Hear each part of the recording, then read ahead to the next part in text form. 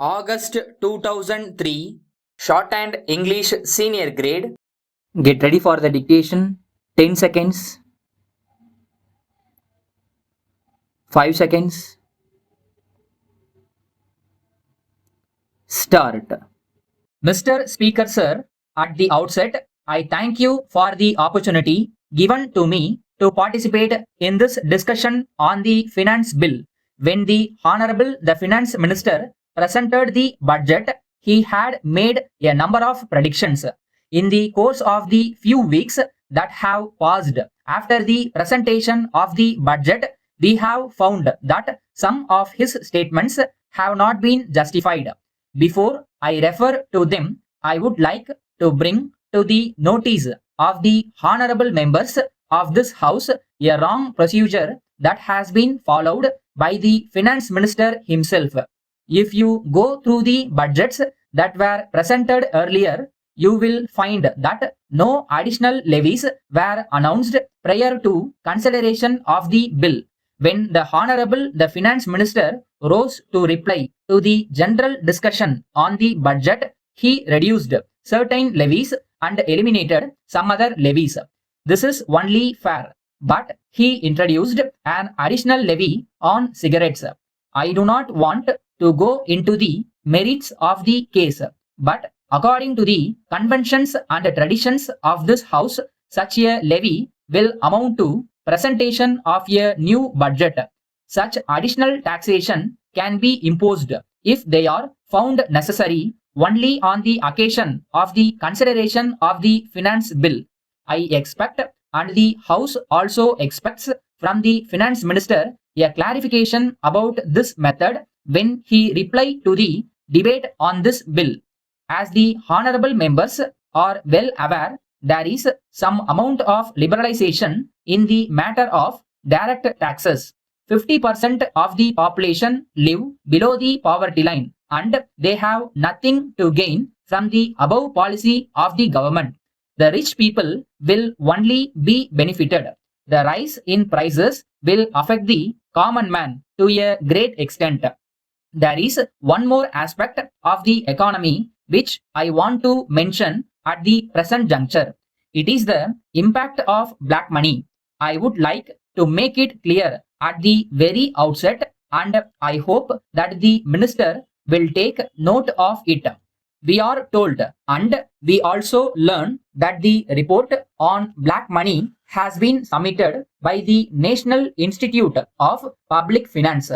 I request the Honorable Minister to see that the said report is placed on the table of the House as early as possible so that we can have a discussion on the subject.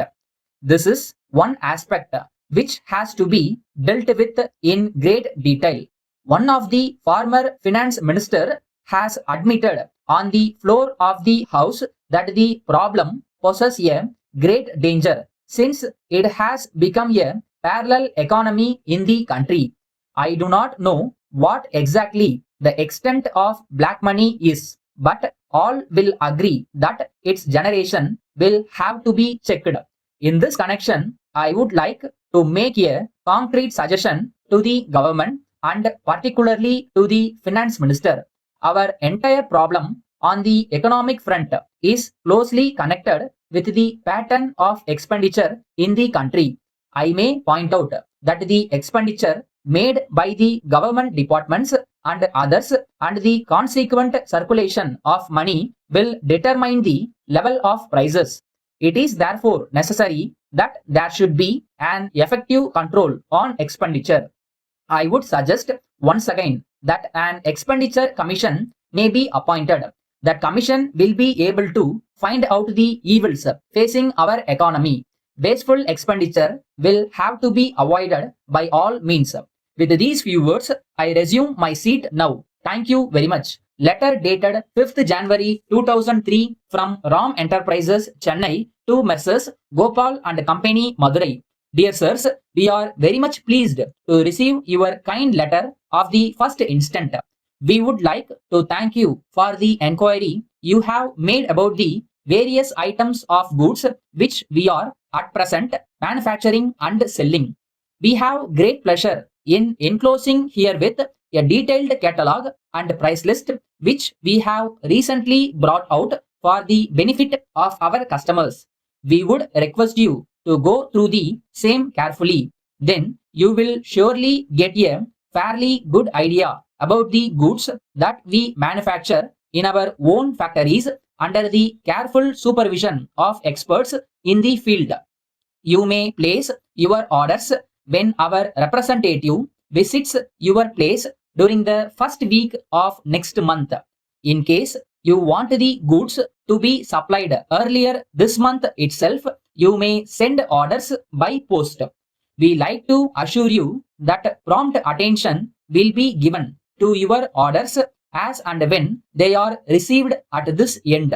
We solicit your kind cooperation and await the favor of your early orders for supply of goods.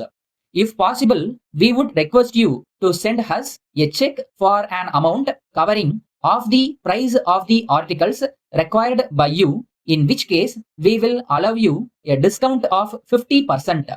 Yours faithfully,